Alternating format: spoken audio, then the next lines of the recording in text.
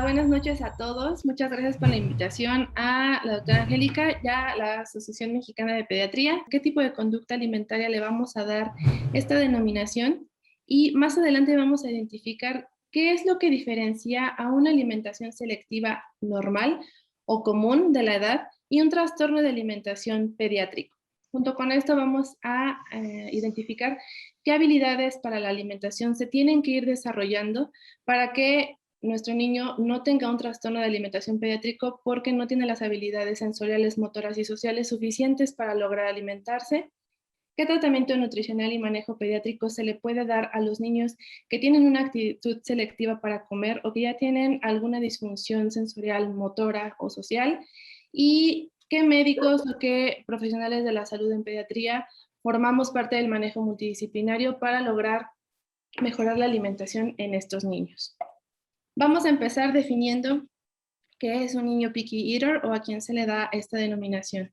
Tal cual literal, picky eater es un niño que come selectivamente, que cuando yo lo siento a la mesa o los cuidadores lo sientan a la mesa, él elige qué de lo que está frente a él se va a comer, qué es lo que sí se va a comer, qué es lo que no y cuánto se va a comer, independientemente de que sea un alimento que aceptaba antes o que nunca había conocido, él elige qué alimento comerse.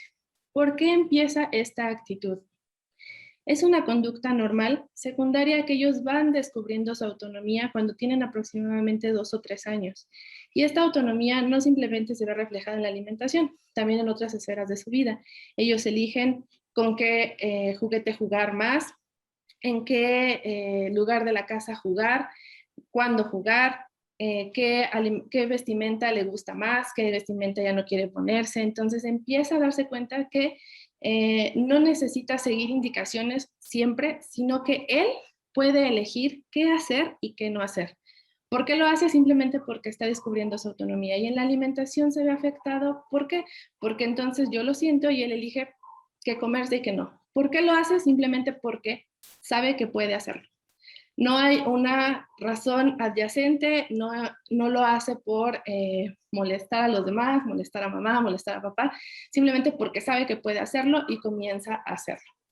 Es muy común que los cuidadores, papá, mamá, algún otro miembro de la familia o quien sea el responsable de la alimentación, describan a estos niños como que están subiendo de peso, siguen creciendo, es cuestión del pediatra o del médico que lo vaya siguiendo, si esto va adecuado con lo que debe subir y crecer o va por encima en la parte del peso, pero son niños que suben y crecen, suben de peso y siguen creciendo. Que en la alimentación complementaria empezaron aproximadamente como se debe empezar siempre, a los 6 meses, con papillas, frutas, probaron una gran cantidad de alimentos, se progresaron las texturas, sí, tal vez no, en la edad en la que debieron hacerlo, pero hay algunos alimentos que comen en diferentes texturas. Eh, el chiste de la alimentación complementaria es que lograron hacerla, probaron muchos alimentos y estaban comiendo bien. En el periodo del cambio en la dieta familiar que ocurre entre los 12 y los 24 meses, puede ser que mejorara un poco la cantidad de lo que comía o la variedad de los alimentos que estaba comiendo y aceptando, o puede ser que como se cambiaron a lo mejor un poco los sabores o las preparaciones, se dificultó un poquito más, pero en la dieta familiar puede ser cualquiera de estas dos situaciones. Son niños que comúnmente en su hidratación y en su alimentación hay bebidas y alimentos con azúcar.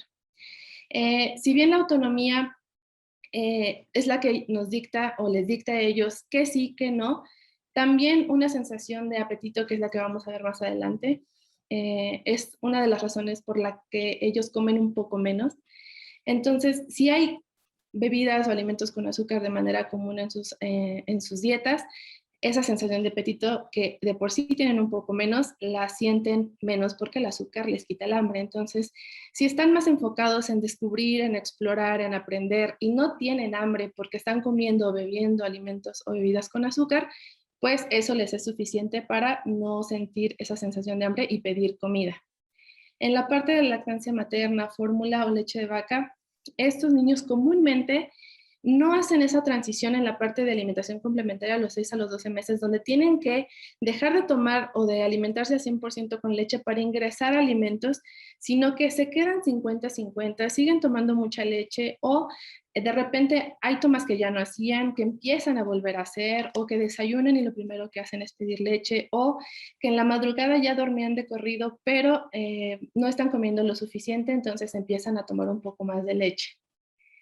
Y otra de las características principales y en lo que quiero hacer bastante énfasis en esta parte de Picky Eater es la impresión de los cuidadores, porque ellos son los que llevan a los niños a consulta porque no está comiendo y una de las principales manifestaciones que ellos nos dicen es no tiene hambre y no come nada. O sea, no está comiendo nada. No come nada nuevo, solo quiere comer estas cosas, pica mucho entre comidas o le sirvo cierta cantidad y solamente está picando o come muchas veces al día, pero solamente está picando. De repente desayuna así, pero toma leche, de repente me pide otra cosa, vuelve a tomar leche, vuelve a comer. Entonces son como ese tipo de conductas, está comiendo todo el día. Eh, Va más allá esta parte de la alimentación selectiva, que es solamente la parte de la autonomía en el segundo año de vida. Podemos empezar a prevenirla desde la parte del embarazo y la alimentación temprana, que es la alimentación, la lactancia y la alimentación complementaria. En el embarazo se ha visto que mientras más variada sea la alimentación de una mujer, los sabores pasan mediante el líquido amniótico hacia los niños y esto los hace conocer incluso antes de comer, diferentes sabores. En la parte de la lactancia también se sabe que si la mamá da lactancia materna y su dieta es variada, esos sabores también pasan en la leche hacia el bebé. Y en la parte de alimentación complementaria, pues introducir una buena variedad y cantidad de alimentos y hacer una buena progresión de texturas para que en este otro punto que es crítico, que es el segundo año de vida, cuando empieza la autonomía y cuando empieza también la parte de la disminución del apetito, estas tres esferas no sean la causa de la alimentación selectiva. Siguiendo con la parte del hambre y la autonomía en al comienzo de los 2 años, a partir del año hacia los 3 años es bien común que te refieran los padres que los niños no tienen hambre. Es que él nunca me dice que tiene hambre, puede estar todo el día y nunca decirme que tiene hambre. Y esta disminución del apetito sí tiene una causa orgánica. La razón es que la curva de crecimiento ya no es tan exponencial como en el primer año de vida, como de los 2 a los 3 años que siguen. En el primer año de vida, desde los 0 a los 12 meses, un bebé sube en promedio 6,5 kilos y requiere aproximadamente 100 kilocalorías por kilo al día. Esta parte de los aportes se los quisimos poner aquí en este ejemplo para que ustedes vayan viendo que no nada más sube menos de peso, sino que también requiere un poco menos y es por eso que el apetito disminuye. De los 12 a los 24 meses, en promedio un niño subirá 2,5 kilos de manera adecuada y requiere 80 kilocalorías, lo mismo que requiere de los 24 a los 36 meses, cuando aproximadamente solo va a subir 2 kilos. Entonces, si se fijan, del año a los 3 años va a subir 4,5 kilos, que ni siquiera es lo que subió en el primer año de vida. Entonces, esa disminución tanto del requerimiento como del incremento ponderal sí causa disminución del apetito, porque si esas kilocalorías se van al desarrollo neurológico, que es lo prioritario, y no sube tanto de peso, pues los niños de verdad no manifiestan sentir hambre. Entonces es importante dos cosas con esta explicación de la falta del apetito y la ganancia ponderal. Uno, que aunque esta conducta sea normal, común o propia de la edad, no significa que yo como pediatra, como nutriólogo o como médico de un niño que le voy dando seguimiento, que lo conozco, no pueda o no realice acciones que corrijan cualquiera una de las causas de alimentación selectiva o que ya están propiciando alimentación selectiva y que eviten que si ya está teniendo conductas piquis, pues se vuelvan más limitada la alimentación. Y otra, que yo concientice muy bien a los padres, a los cuidadores, de cómo va a ser el crecimiento y la ganancia ponderal en los niños después de que cumplen el año. ¿Por qué? Porque eso disminuye mi expectativa como cuidador de cuánto tiene que subir. Ejemplo, tengo un niño o soy mamá de un niño que en el primer año de vida subió lo que tenía que subir y venía subiendo mes con mes 500, 600, 800 gramos, rebasa el año y yo empiezo a ver que no sube lo mismo, que sube 200, 100, 150 y que aparte ya no tiene hambre. Mi primera reacción como madre o como cuidador va a ser, no está comiendo lo suficiente, su salud se está deteriorando y no está subiendo bien de peso. Entonces, si yo empiezo a tener esas impresiones, pues lo más probable es que yo crea que tiene algo malo y sea mi primer intención, pues, llevarlo a una consulta porque algo le está pasando. Para que un ser humano pueda lograr alimentarse, necesitamos ciertos pilares básicos, que es tener un buen desarrollo del sistema nervioso central y periférico, una buena coordinación para deglutir, respirar al mismo tiempo, que no se vea comprometido el sistema cardiopulmonar y que todo mi tracto gastrointestinal sea saludable para que yo tenga buena absorción, buena digestión y se aprovechen los alimentos. Entonces es fundamental que en el crecimiento y desarrollo de estos niños pues tengan una buena estructura craneofacial, un buen sistema musculoesquelético y que vayan adquiriendo y dominando las habilidades apropiadas conforme a su edad, sobre todo en la parte de alimentación complementaria, que lo vamos a ver más desglosado, para que él se pueda alimentar. Entonces, eso necesita un niño en la parte orgánica. Pero en la parte de alimentación infantil es muy importante considerar a la persona que lo está alimentando, porque si es normal que él no me suba tanto de peso y que de repente no tenga hambre, yo como cuidador tengo que saberlo y tengo que estar tranquilo, porque entonces es cuando yo les decía, si yo empiezo a ver esas cosas, pero no estoy seguro de por qué le está pasando, entonces para mí es un problema. Entonces, como pediatra, como médico o como tratante de un niño que tiene esta edad, es importante saber que empieza a ser picky eater o tener conductas selectivas propias de la edad si tiene entre 1 y 3 años de edad. Aquí es muy importante, yo les decía la parte de la autonomía a partir de los 2 años, pero podemos empezar a encontrar conductas piquis o selectivas desde el año de edad por la parte de la dieta familiar, porque no lo estoy logrando incluir bien. ¿Por qué? Porque empieza él a tener selección de qué alimentos sí puede comerse o sí quiere comerse porque le están gustando, o otros que nunca había comido y para él todavía son nuevos. Y porque la verdad es que en las guías, en esta parte de alimentación complementaria, está muy bien descrito qué alimentos, cuándo y cómo incluirlos, pero no y el manejo de las texturas, pero no más allá de los 12 meses. Entonces, si tiene entre 1 y 3 años, puede ser picky eater si ya empieza a tener estas conductas. Es un niño que tiene un desarrollo neurológico adecuado. Puede masticar, puede tragar y beber sin dificultades y tiene una relación amor-odio con los alimentos, a veces rechaza algunos y luego los vuelve a aceptar, o al contrario, acepta mucho unos y luego los rechaza. Entonces, esta relación con la comida es muy común si es picky eater por la parte de su desarrollo, y el peso y talla no se ven afectados por su conducta alimentaria. Sigue subiendo de peso, sigue creciendo, a pesar de que a veces quiere comer, a veces no, pero mastica, traga y no tiene ninguna dificultad. Entonces, ¿cómo manejo esta falta de apetito normal en la infancia? Y estas pautas incluso pueden ser para tratar cuando ya empiezan a tener conductas selectivas o incluso para prevenirlas, porque yo les decía, podemos anticipar a la mamá o al papá o al cuidador de un niño que cuando empiece a cumplir 12 meses, cómo va a subir de peso y cómo puede comportarse en la alimentación y qué actividades o qué tips podemos darle para que en caso de que se empiece a comportar así ambiguamente con la comida, no se vuelva un problema más grave. Entonces, para la parte de los cuidadores, que ellos comprendan la velocidad de crecimiento en la niñez y la falta de apetito. Esto disminuye las expectativas de alimentación, la conducta y las cantidades. Exponer de manera normal los alimentos rechazados y aceptados como de manera normal. Que los alimentos rechazados no se los quiten y que los alimentos aceptados no sean los más frecuentes, sino de repente alimentos que me rechaza, volver a ofrecérselos, y alimentos que me acepten, no abusar de ellos y dárselos todo el tiempo. Por la parte de los niños, ellos deben tener la confianza en explorar sus alimentos en el momento de la comida como parte de su aprendizaje.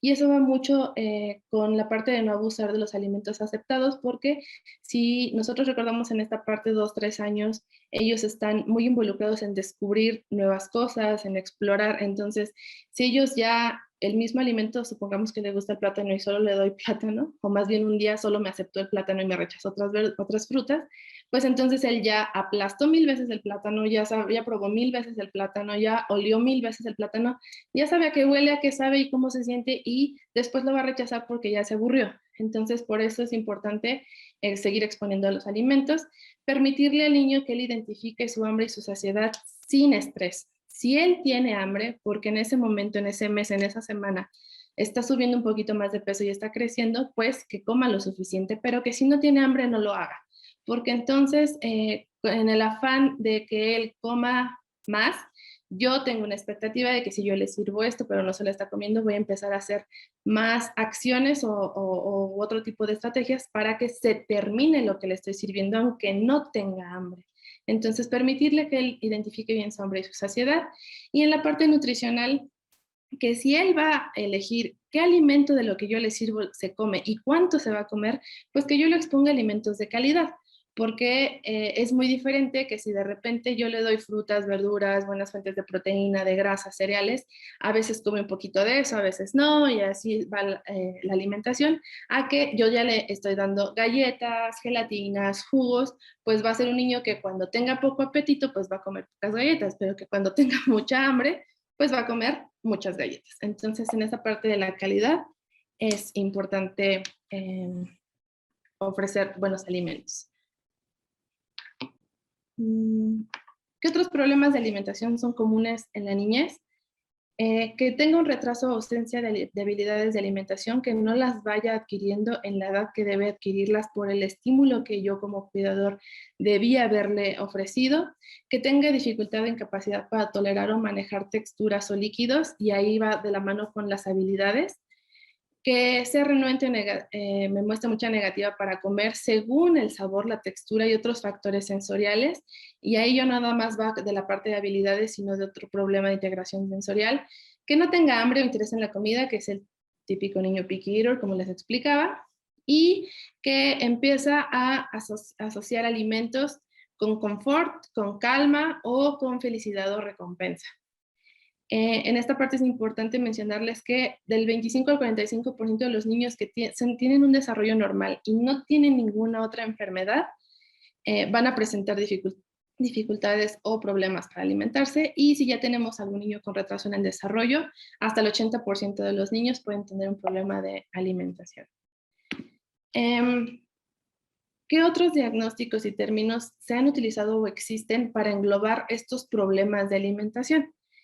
La Asociación Estadounidense del Habla, Lenguaje y Audición nos dice que existe problema de disfagia pediátrica que involucra algún deterioro en la fase de la deglución oral, faríngea o esofágica. El DSM-5, que es el Manual de Diagnóstico Estadístico de los Trastornos Mentales, nos dice que se puede denominar a estos niños que tienen un trastorno de ingesta de los alimentos evitante o restrictivo. Pero este término excluye a los niños que tienen habilidades suficientes para alimentarse. O sea, si tu niño no puede masticar, no puede tragar o se está atragantando, no tiene un trastorno de la ingesta de los alimentos evitantes restrictivos propios de la edad. El CIE-10 nos dice que podemos denominarlos o diagnosticarlos como un trastorno de la alimentación pediátrica o de la infancia y la niñez. Y esta enfermedad requiere la ausencia de enfermedades orgánicas. Lo mismo, si tiene disfagia, si tiene atresias, si tiene algún otro tipo de condición médica, no tiene un trastorno de la alimentación pediátrica. Por así decirlo, los 2 segundos solamente es un niño picky eater. Bueno, ya nos explicaba Laura lo que es un niño picky eater, y justo hablando de estos niños, pues recapitulando esto, tenemos una ingesta de alimentos altamente selectiva. En esta ingesta de altamente selectiva vamos a tener niños que son extremadamente sensibles a olores, sabores y apariencia. Se negarán a la sustitución de sus alimentos preferidos. Aquí hay que tomar en cuenta este punto, porque justo como nos decía Laura, los padres o cuidadores van a empezar a darle alimentos que él prefiere con tal de que coma. Y entonces aquí vamos a favorecer un efecto negativo. Es decir, si yo nada más le doy los alimentos que él quiere, esto va a hacer que el niño entienda que como mensaje que está bien rechazar los otros, y no, más bien tiene que empezar a aceptar todos los alimentos. Las diferencias sutiles pueden no ser percibidas por la mayoría de los adultos, es decir, los primeros datos que nos vamos a dar cuenta, los pediatras aquí tenemos que hacer mucho énfasis porque a veces no va a ser como de manera inicial hasta que ya tengamos un gran problema y son complicados de animar a aceptar sustituciones. Es decir, de repente si la mamá no le ofrece su queso favorito, le ofrece otro queso, pues a lo mejor empieza a rechazar y empiezan a preferir o a retener sus alimentos como tal preferidos. ¿Cuándo pensar que esto no será algo transitorio? Es la primera pregunta que nos tendremos que hacer y esto tiene que ver con que la mayoría de los niños van a ser selectivos entre el año y los 3 años y esto nos tiene que empezar a llamar la atención cuando tengamos una disminución en la curva del crecimiento. Es por eso importante dar el seguimiento oportuno. La lista de alimentos preferidos cada vez es más limitada. A lo mejor tiene 3 o 4 alimentos que no le gustan tanto y otros que sí, pero cada vez empieza a ser como más selectivo. El niño experimenta miedo o ansiedad alrededor de nuevos alimentos, que esto es un poco de neofobia oral. No quiere probar nuevos alimentos. De repente probamos en algún restaurante distinto o alguna comida distinta y el niño tiene miedo o ansiedad incluso. Llora o rechaza para sentarse a comer. Entonces empieza a ser como un problema para él comer y el niño se torna exigente a la hora de comer. Quiere ciertas preparaciones, quiere ciertas marcas, quiere ciertas cocciones. Por ejemplo, empezamos a tener niños que solo consumen pollo en cierta textura, pero si la mamá por alguna razón o el papá le ofrece como un alimento un poquito más cocido o un poquito, o tiene una capa como de algo que un poquito quemado, el niño lo rechaza. E incluso, por ejemplo, empiezan a notar que si la fruta trae algunas partes más maduras, esa parte no las quiere comer. Aquí tenemos que estar alertas y pensar que no va a ser algo nada más transitorio y tendremos que empezar a notar y hacer una evaluación completa. ¿Qué es lo que tenemos que evaluar de manera inicial? En primer lugar, yo diría que en lugar de solo pensar que el niño no come porque es berrinchudo o porque está muy consentido, tendremos que ver primero que realmente el niño no pueda hacerlo. Muchos de los niños que tienen el rechazo a comer tienen alguna alteración en las habilidades para hacerlo. Y esto puede ser desde un bajo tono muscular que afecta las habilidades motores orales, una mayor sensibilidad a las texturas, es decir, le cambiamos la textura y en sí el niño en la lengua tiene una mayor sensibilidad, una respuesta aversiva después de vómitos intratables. Esto pasa, por ejemplo, cuando un niño se enferma y esto también nos pasa a los adultos. Si de repente fuimos a comer a un restaurante y comimos un caldo de pollo y nos enfermó ese caldo de pollo, rechazamos comer caldo de pollo, aunque ya no sea el mismo caldo, y esto tiene que ver con una respuesta natural de los humanos ante rechazar cuando tuvimos un evento desagradable. También pasa a veces frecuentemente cuando tenemos una asfixia traumática. Esto pasa mucho con el queso, por ejemplo, cuando el queso, como que cuando hacemos una quesadilla y se empieza como a enfriar el queso y se hace como más chicloso, muchos niños pueden tener un problema de asfixia traumática y entonces rechazar este alimento asociado a este evento como traumático que tuvo. Y a veces hay faltas de oportunidades para practicar relacionadas con ansiedad materna. Es decir, de repente tenemos mamás que pues son demasiado estresadas a la hora de comer, entonces el niño tal vez tiene una arcada y esto puede ocurrir desde empieza la alimentación complementaria. Empezamos a tener arcadas y pues las arcadas son normales a esta edad, pero los padres pueden de repente estresarse mucho y mandar el mensaje incorrecto de que ese alimento es negativo porque causa arcadas, entonces el niño rechaza comer. Entonces aquí tenemos que empezar a darnos cuenta que la evaluación es un poco más integral y completa. La siguiente, Lau. Algo importante es que en 2019 se publicó en el JPGN este nuevo término que se habla sobre trastorno de alimentación en pediatría o en inglés Pediatric Feeding Disorder. Es un problema que ya engloba no solo a los picky eaters como puros, sino también engloba a todos los demás niños que tienen por alguna razón un problema para comer. Y esto puede ser desde una ingesta oral alterada que no es apropiada para su edad y que se asocia con problemas tanto médicos, nutricionales, de alimentación o incluso las disfunciones psicosociales, de las cuales vamos a desglosar un poquito. También lo divide entre un problema agudo y un problema crónico, dependiendo del tiempo que tengamos de evolución en este problema. Y es un término que tenemos que empezar a prestar más atención porque cada vez va a llamar más la atención este término porque engloba mucho mejor todos los problemas de alimentación en pediatría. Este término como tal es algo bastante holístico. no solo se fija en problemas de alteración, por ejemplo, en deglución, motilidad, sino también hablamos de las barreras ambientales. ¿Qué pasa con los padres y cómo reaccionan ante cuando un niño rechaza? Tiene que ver también con si el niño va a la escuela, si va a una guardería, si come en casa, si come solo, si come con otros niños, si come con una maestra. Entonces tenemos que ver el ambiente, también cómo están los facilitadores o cuidadores favoreciendo este ambiente agradable para comer y cómo es la vida familiar y comunitaria. Es decir, también tenemos que tomar en cuenta las costumbres de esta familia o de esta comunidad donde el niño está inmerso y donde va a aprender a comer. Hemos detectado muy frecuentemente, hablando de vida familiar, que cuando tenemos un niño picky eater, un padre, tanto puede ser mamá o papá, también es muy selectivo para comer. Y aquí es algo que tenemos que empezar a cambiar y los padres tendrán que atreverse a probar cosas que a lo mejor ellos no comen para poder lograr que el niño las acepte.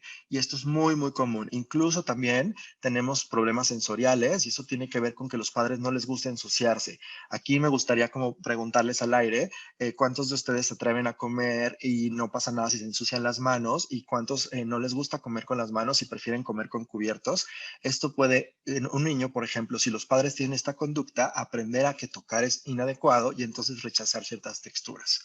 Entonces aquí, como ven, es un problema más como global o más bien holístico. Este problema se divide en cuatro rubros importantes: condiciones médicas, condiciones nutricionales, alteraciones en las habilidades de alimentación y disfunción psicosocial. Vamos a ir tomando en cuenta uno de estos puntos porque en nuestra evaluación pediátrica tenemos que conocer que, bueno, como justo existe el gran grupo de niños que van a ser explicados, como nos decía Laura, por un trastorno selectivo, pero también nosotros como pediatras tenemos que tomar en cuenta que a veces va a haber niños que tengan alguna de estas cuatro condiciones que impidan que el niño tenga una alimentación agradable o adecuada para su edad. Empezando con los factores médicos, tenemos como en principio el término disfagia, que es algo que los foniatras en particular y los rehabilitadores manejan muy bien y nosotros tenemos que empezar a tomar en cuenta este factor. Cuando tenemos una disfagia podemos tener problemas desde anatómicos, inflamatorios o bien de motilidad, que puede ser desde motilidad oral hasta motilidad esofágica y faríngea. En la parte anatómica tenemos que vigilar que el niño, por ejemplo, no tenga una macroglosia. En la parte de la laringe podemos tener una hendidura. En la parte esofágica puede ser que el niño curse con una fístula traqueosofágica y entonces esto es el problema de la alimentación. Entonces, por eso tenemos que hacer una evaluación bastante completa e integral. Es muy común también que un niño rechace, sobre todo cuando no solo estamos hablando de 1 a 3 años. O sea, el niño que ya empezaba a comer de todo y que antes del año particularmente o después de los 3 años empieza a rechazar alimentos, tenemos que tomar en cuenta que a lo mejor se trata de una inflamación y esta inflamación puede ser esofágica, como es el caso de la esofagitis eosinofílica, que es muy común que los niños rechacen comer por dolor o incluso por dismotilidad si está inflamado el tubo digestivo. En la parte de la motilidad, tomar en cuenta estos niños que están particularmente funduplicados, porque estos van a tener una menor capacidad gástrica y van a tener saciedad temprana. Entonces, estos niños van a tener cierta limitación para comer y entonces por eso tenemos que tomar en cuenta también este problema. Atresia esofágica puede ser otro problema que nos cause motilidad e incluso una intolerancia a un volumen gástrico mayor. Es decir, el fondo gástrico no se dilata cuando el niño come y entonces tiene como saciedad temprana e incluso puede presentar vómitos postprandiales y esto puede estar asociado a un problema de motilidad también asociada a motilidad gástrica.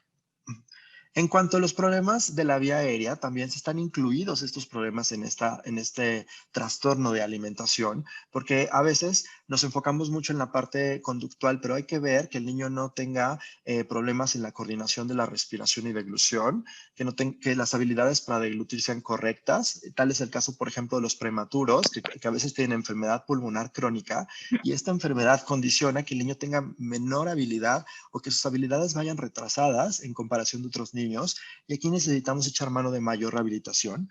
O bien el niño que está aspirando, el niño que tiene un síndrome aspirativo, que puede ser desde una insuficiencia velopalatina o algún problema de deglución, y este niño pues va a rechazar comer porque cada vez que come siente que tiene un problema aspirativo y esto pues al final del día va a ser una sensación negativa que va a hacer que el niño rechace cada vez más la alimentación.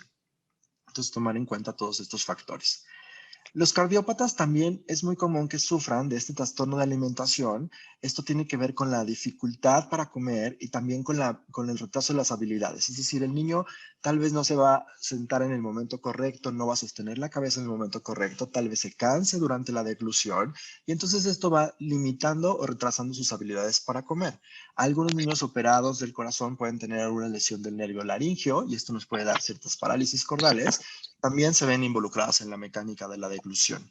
Y también la hipoxia crónica, y esto pues incluamos también algunos neumópatas, pero particularmente los pacientes con cardiopatías hipóxicas, vamos a tener una alteración en la motilidad gástrica. El estómago no va a vaciar de manera correcta y esto también va a limitar que el niño pueda tener una buena deglución y va a tratar de limitar su alimentación. Alteraciones neurológicas, todos hemos tenido pacientes con problemas neurológicos que sabemos que tienen problemas para deglutir y no necesariamente tiene que ver únicamente con el problema de disfagia neurogénica, que sí es un gran porcentaje de pacientes que van a tener este problema, pero también sabemos que, por ejemplo, los niños con trastornos del desarrollo, particularmente el espectro autista, estos niños tienen una selectividad alimentaria agravada donde van a preferir ciertos colores, ciertos olores o ciertos sabores de alimentación. Entonces aquí también ya los podemos empezar a englobar. Y el niño desnutrido como tal, como estamos hablando de un niño que ha disminuido sus actividades metabólicas, este niño también ha disminuido su secreción de hormonas, entonces tiene una falta de apetito a nivel central. Entonces es clásicamente que si un niño ya está desnutrido y además tiene un problema de deglución, de alimentación, va a tener mayor problema para poder crecer por la falta de apetito que va a presentar. Entonces, en problemas médicos tenemos que analizar todos y cada uno de estos. Los niños que tienen problemas para alimentarse, en general, de la parte digestiva, podemos tener cualquiera de estos escenarios. Tenemos desde el niño que tiene enfermedad por reflujo, desde el niño que tiene esofagitis eosinofílica o alguna alergia alimentaria que condicione esofagitis eosinofílica, justo las alergias alimentarias, y esto también está muy estudiado, incluso los adultos, cuando tenemos ciertos adultos que rechazan comer ciertos alimentos, tal vez de manera subclínica o no diagnosticada, tuvieron una alergia alimentaria a este alimento que ocasionó sensaciones desagradables al comer y entonces prefieren rechazar este alimento. Entonces, cuando tengamos ciertos patrones de rechazo de ciertos alimentos, particularmente los potencialmente alérgicos, habrá que tomar en cuenta que a lo mejor está escondida una alergia alimentaria y eso también nos tocaría analizar. Los niños, ya hablábamos de la motilidad de trastornos, por ejemplo, estos niños con gastroparesia, pero también algunos trastornos funcionales. Los niños que tienen intestino irritable o los niños que tienen dispepsia funcional, estos niños les duele con ciertos alimentos. Por ejemplo, si tenemos un niño con cierta intolerancia a lactosa o que cuando consume una gran cantidad de azúcares tiene distensión y dolor, esto va a ocasionar que el niño empiece a rechazar comer per se por estos problemas asociados a o que él asocia comer con dolor. La parte del estreñimiento es muy común y bueno, voy a hablar un poco más adelante de estreñimiento y disfagia. Bueno, ya analizamos todos los escenarios que puede involucrar la parte de disfagia. En la parte justo de estreñimiento, tenemos como varios estudios que nos hablan de que los niños selectivos, cuando se comparan con controles que no son selectivos, tienen un mayor porcentaje de estreñimiento. Y esto tal vez se debe al menor consumo de fibra que representa estos niños y que incluso estos niños, a pesar de que hayan superado esta selectividad alimentaria, continuarán con estreñimiento incluso en estudios de cohortes hasta los 13 años de edad. Entonces, habrá que tomar en cuenta estreñimiento. Nosotros en la consulta del niño piqui siempre vigilamos el patrón de evacuaciones porque es muy, muy común encontrar niños con estreñimiento y si no curamos o tratamos el estreñimiento y el niño sigue teniendo un gran acúmulo de heces en el colon, va a tener una menor ingesta de alimentos y esto pues desde el punto de vista mecánico porque bueno, está la capacidad gástrica disminuida. Siguiente, Lau. Como les decía, este efecto se ha visto bidireccional. Tanto los niños selectivos o melindrosos van a tener un mayor OR para presentar estreñimiento en estudios de largo plazo, como los niños que per se están estreñidos van a tener un mayor riesgo de tener selectividad alimentaria. Y esto, de nuevo, nos tiene que dar un poco más claro que si el niño tiene dolor al comer, y esto puede ser favorecido únicamente por el reflejo gastrocólico, va a tener una menor interés o una menor disposición a probar alimentos o a comer un poco mejor, porque esto le causa ciertas molestias o síntomas. Entonces, recordar esta parte que tenemos que tener en cuenta que el niño que está siendo selectivo tal vez tiene una alteración o tuvo algún problema que puede ser, como les decía, desde asfixia, dolor, inflamación, que puede causar que el niño asocie comer con algo negativo. Y esta asociación puede ser bastante inconsciente y entonces el niño prefiere rechazar comer. Nosotros como pediatras siempre estamos pendientes de las banderas rojas. Aquí pueden ver algunas de las cuestiones más importantes cuando tenemos un niño selectivo que nos tenemos que fijar, ¿no? Que va desde los síntomas respiratorios hasta el desarrollo, inclusive sangrado o algún problema como tal en el neurodesarrollo, e incluso tomar en cuenta que a veces puede haber negligencia por parte de los cuidadores y por eso también tener como este punto, ¿no? Aquí tenemos que estar muy alertas en estas banderas rojas que ven en la pantalla. En esta parte de los trastornos gastrointestinales trastornos de alimentación en la edad pediátrica, que es el nuevo término que les menciono, ya analizamos un poco todos los factores médicos que podrían estar involucrados. Los factores nutricionales, Laura va a hablar un poco más. Tomar en cuenta que aquí tenemos que fijarnos si el niño es selectivo, pero logra comer una buena cantidad de calorías al día, la calidad de alimentos es correcta y es variada su alimentación. Puede ser un picky eater que no necesitamos hacer mayor intervención más que cuidar ciertas conductas que tienen los padres. Pero tenemos que darnos cuenta que de repente si hay grupos de alimentos, de macro o micronutrientes que el niño empieza a rechazar, sí podemos tener deficiencia, como es el caso de algunas vitaminas, o bien exceso, ¿no? Como es el caso de algunos grupos de alimentos, como de repente el grupo de azúcares que empiezan a consumir mayor cantidad de azúcar de la que les podemos permitir. En la parte de habilidades, ya les mencionaba que es muy importante cuando tengan un paciente que no come, evaluar realmente si el niño tiene todas las habilidades para comer. Y estas habilidades las dividimos como en varios rubros. En primer lugar tenemos las habilidades para succionar y beber, que sabemos que el niño al nacer tiene ciertas habilidades para tragar y respirar. Esto es algo bastante innato, pero a los 4 meses tenemos que ya tener una succión voluntaria. Es decir, ya no es el típico niño que cuando siente el pecho de la mamá o bien el biberón, empieza como a succionar de una manera más involuntaria, que a los 4 meses ya empieza el decidir cuándo comer y cuándo no. Y aquí es importante incidir en los padres, en fijarnos en las como señales de saciedad y de apetito que el niño tenga, no de hambre que el niño tenga. Aquí tenemos que empezar a enseñar a los papás, vigilar cuando el niño tenga hambre y no tanto ponernos como esta regla de cada 4 horas tiene que comer o cada 6 horas, sino más bien manejarlo un poco más como leer al niño y si el niño tiene hambre, empezar a darle de comer y cuando el niño está satisfecho, tal vez parar, ¿no? A los 6 meses, cuando empezamos en la mayoría de los pacientes la alimentación complementaria, el niño debe tener una coordinación paladar-lengua, es decir, ya recibe el alimento y debe de ser capaz de regular la deglución. Al año de edad es cuando empezamos a estabilizar más la mandíbula y eso permite, por ejemplo, poder beber en un vaso y que no se vierta todo sin ayuda. Entonces aquí podemos tener mayor habilidad o mayor control mandibular. Y a los 2 años, es decir, hasta los 2 años, tenemos un adecuado uso de los labios en donde podemos tener un cierre adecuado, no va a haber tantos escurrimientos, el niño debe de poder deglutir. Eso es importante evaluarlo. Si vemos que un niño al comer escurre y no está comiendo adecuadamente, tal vez tenemos como límite 2 años para decir, ok, aquí puede ser un problema más bien de habilidades. La parte oral, los niños van aprendiendo a lateralizar la lengua entre los 4 y 6 meses. Nuevamente, cuando empezamos la complementaria.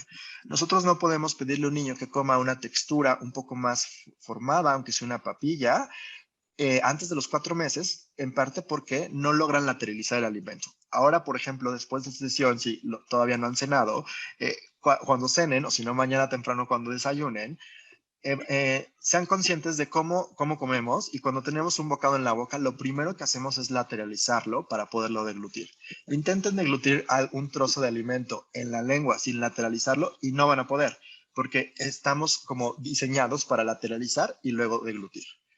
A los 6 meses empiezan las habilidades para masticar. A los 7 meses empieza el uso de labios, es decir, el niño puede ya limpiar perfectamente la cuchara con los labios e incluso si ustedes acercan comida, empezar a manejar muy bien los labios, a coordinarlos bien. Y al año es cuando les decía que tenemos ya una mejor mordida y podemos masticar de manera rotatoria. Es decir, el niño come el alimento y ya no solo lo toma y lo traga, sino que empieza a mover esta lengua. Y aquí es muy importante recordar esta etapa porque aquí es nuestra ventana crítica para que el niño ya no coma papillas y más bien pasemos a trozos entre 9 y 12 meses, idealmente a los 9 meses. De la mano es cuando empieza a desarrollar un poco más la pinza fina, la autoalimentación, y tenemos que esperar como el año y medio para poder lograr el uso de cuchara. Entonces también no forzar como este hábito antes de tiempo y más bien permitir que el niño coma todo el tiempo que quiera con sus manitas. Muy importante recordarnos que las preferencias por el sabor empiezan desde el embarazo y la lactancia. Es muy importante que las mamás cuando están embarazadas tengan una variedad de alimentos lo más diversa que puedan. Si de repente son mamás que no comen muchas verduras o que no comen alimentos de ciertos grupos, hay que favorecer este consumo porque cada vez la evidencia es más clara de que si una mamá consume todos estos grupos de alimentos, tendremos una mejor aceptación alimentaria. Y durante la lactancia también sabemos perfectamente, perdón, durante la lactancia también sabemos perfectamente que entre más diversa es la alimentación materna, pues el niño a largo plazo va a tener una mejor aceptación de alimentos. En general, los niños que se alimentan con leche materna o leche humana van a tener una preferencia un poco más innata, digámoslo así, por sabores dulces. Y esto tiene que ver con el sabor de la leche, cuando se comparan con niños alimentados con fórmulas. Y justamente los alimentados con fórmulas vamos a tener mayor rechazo a probar nuevos alimentos porque están acostumbrados a un sabor bastante monótono. Incluso los niños que toman fórmulas hidrolizadas extensas o aminoacídicas, como estas son fórmulas demasiado amargas, van a preferir este tipo de sabores y les va a costar trabajo los demás sabores. Entonces aquí nuestra recomendación sigue siendo favorecer lactancia materna de manera exclusiva para evitar este problema de habilidades sensoriales. Cuando empecemos alimentación complementaria, no importa el método que utilicen, si utilizan Bliss o si utilizan BLW o si utilizan el método tradicional, recordar que a los 9 meses tenemos que lograr que el niño ya tenga una progresión de texturas donde aminoremos el reflejo nauseoso y cada vez tengamos una mejor aceptación de nuevos alimentos. Porque si nos quedamos con la idea de que el niño solo come papillas y los padres empiezan a progresar texturas, pero nosotros no damos como la recomendación de, aunque empiece a rechazar, a los 9 meses es mejor que haga arqueos, que haga estos como gaggings, y que no pasa nada si lo hace, porque la lengua se tiene que empezar a acostumbrar y dejamos pasar el tiempo, nos va a costar muchísimo trabajo que ese niño acepte texturas nuevas. Incluso es estimado en cohortes que a los 7 años siguen teniendo problemas de textura los niños que no logramos que a los 9 meses ya comieran machacados y empezar a comer trozos. Entonces tomen en cuenta también este punto. Cuando evalúen estado un niño picky eater, sí es muy importante también que nosotros tomemos en cuenta que el tono y la postura son muy importantes. Incluso nosotros en las primeras recomendaciones que damos es que el niño esté bien sentado, que no se esté cayendo de lado a lado y que tenga los pies firmes. Esto tiene que ver con que se ha visto que si el niño particularmente tiene hipertonicidad o tiene hipotonicidad, va a responder con respuestas exageradas sensoriales. Es decir, si el niño tiene problemas en el tono, vamos a tener mayor frecuencia de rechazo a alimentos calientes o fríos, rechazos a nuevos sabores, rechazos o incluso náuseas con grumos o con purés que tienen cierta textura. Y esto se debe a el neurodesarrollo que tiene que ir todo de la mano. Entonces aquí un buen tip sería que cuando vamos a iniciar complementaria recomendemos una silla correcta, una postura correcta y que el niño de preferencia no se esté cayendo de lado a lado, y aquí podemos echar manos incluso de almohadas, de algunas formas para detenerlo un poquito y obviamente ayudarlo en rehabilitación para evitar todos estos problemas asociados a rechazo de alimentación. Recordarles que para que un niño coma bien o coma adecuadamente, necesitamos lograr estos 5 puntos. Tener fuerza para morder, controlar la lengua para lateralizar el bolo alimenticio, cerrar los labios para que no tengan esta fuga de comida. Aquí, por ejemplo, este niño pues no cierra bien los labios y entonces se le fuga la comida. Y entonces ahí tenemos que también evaluar esta parte. Coordinar labios, lengua, mandíbula, paladar blando para formar el bolo, lateralizarlo y poderlo deglutir.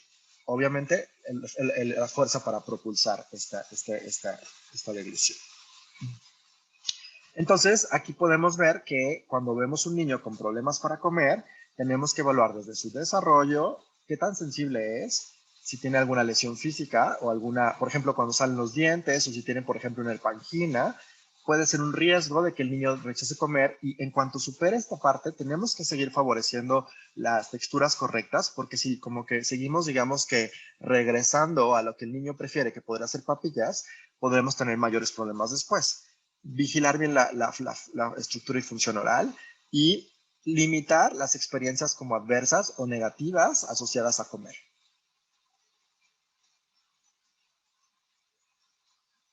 Ahora, hablando justo de la parte sensorial, ya nos enfocábamos mucho en la parte motora. ¿Qué pasa con el niño y la parte sensorial? En general tenemos dos tipos de personas sensoriales, el hiposensible y el hipersensible. Todos tenemos como ciertas diferencias, ¿no? Hay gente que, por ejemplo, en la parte hiposensible, si eres hiposensible, pues te gustan sabores más fuertes, te gusta que la comida esté caliente, no te gusta si se enfrió, no te gusta si le falta sabor. Por el contrario, la persona hipersensible preparas una alimentación con especias y entonces ya no la quiere porque como que no le gustó que tenga mucho sabor, prefiere alimentos tibios que no tengan como mucha textura y eso también lo podemos evaluar en nuestros pacientes. El niño hiposensible va a tener arcadas cuando tengamos ciertos alimentos porque necesita como mucho volumen en la boca para poder sentir, entonces como que tiende a comer mucho o a tener mucho en la boca, entonces va a como tener problemas de atragantamiento y va a tener preferencias por estos sabores exagerados.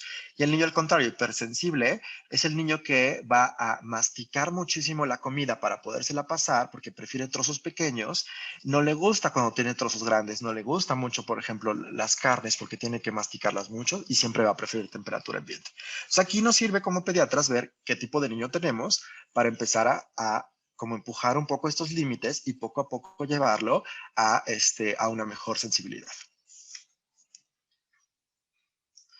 En la parte motora que tenemos que evaluar, pues que la ingesta de alimentos eficaz, que no tarde mucho en deglutir o formar un bolo, que no tenga arcadas durante un bolo y que no tenga mucho residuo en la boca. O sea, esto sí es importante evaluar, la siguiente lado, la parte de deglución y ver justo que cuando verlo en el consultorio literal cómo come y que abra la boca y ver si logra hacer degluciones adecuadas. Si se le queda mucho residuo en la boca, quiere decir que el problema puede ser motor. Hay algunas pruebas que podemos hacer, desde las mecánicas de la deglución por fluoroscopía o hasta una prueba directa. Aquí usamos azul de metileno y lo que podemos ver acá es si el niño tiene ciertos problemas para deglutir. ¿Cómo lo podemos ver en la clínica? Vamos a ver degluciones audibles, vamos a ver muchas degluciones para poder pasar un bolo o pocas degluciones cuando de repente el niño tiene poca habilidad para deglutir, pues entonces va a tener muchas degluciones, pero cuando más bien tiene como esta parte hiposensible va a querer dar tragos muy grandes. Se distorsiona la voz después de comer, quiere decir que tiene residuo probablemente en la faringe o en la laringe.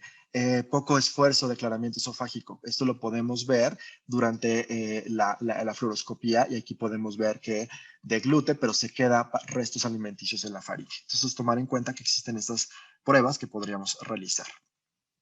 Y bueno, en términos generales, un niño que come de manera segura, pues no va a tener tos o atragantamiento durante la deglución, sus habilidades de desarrollo van a ser correctas y no debe durar más de 30 minutos sentado en la mesa para poder comer. Entonces es algo que podemos nosotros como rápidamente preguntar en el consultorio. La parte social, que es la parte que menos nos gusta como tal a los pediatras, creo que también es muy importante saberla, porque aquí tenemos que saber en qué momento echar mano de ayudas en relación a este tema. ¿Qué tenemos que vigilar? Tenemos que ver las expectativas de los papás cuando no logran comer, qué reacción tienen ellos, si se enojan, si regañan, si le gritan, si le echan la culpa. Incluso en el consultorio lo vemos, que el niño, luego los papás como que acusan al niño en el consultorio. Entonces aquí tenemos que empezar que puede haber una conducta disruptiva y puede haber ansiedad padre e hijo. Y es muy importante evaluar esta parte, porque nosotros cuando el niño no come y los padres se muestran ansiosos, ¿qué sucede? Pues entonces el niño no entiende que se muestran ansiosos porque no comió. El niño piensa que el alimento que está probando causa ansiedad a los papás o simplemente sentarse a la mesa a comer. Entonces aquí los padres, entre más ansiosos estén en la mesa, el niño va a pensar que comer causa ansiedad a papás y entonces prefiere no comer para no causarles ansiedad. Entonces aquí tenemos que evaluar esta parte. Obviamente toda la influencia social, la parte en la que comen mejor en guardería y cuando están en casa no lo hacen, o bien si los papás trabajan y entonces el niño como manera de rechazo prefiere no comer porque lo han dejado solo todo el día, y también ver el factor ambiental, desde si favorecemos conductas adecuadas o empezamos a tener conductas inadecuadas como prender televisión, como tener a los perros o a las mascotas, distraerlo con cosas para que no se dé cuenta que está comiendo. Entonces aquí tenemos que evaluar toda la parte psicosocial.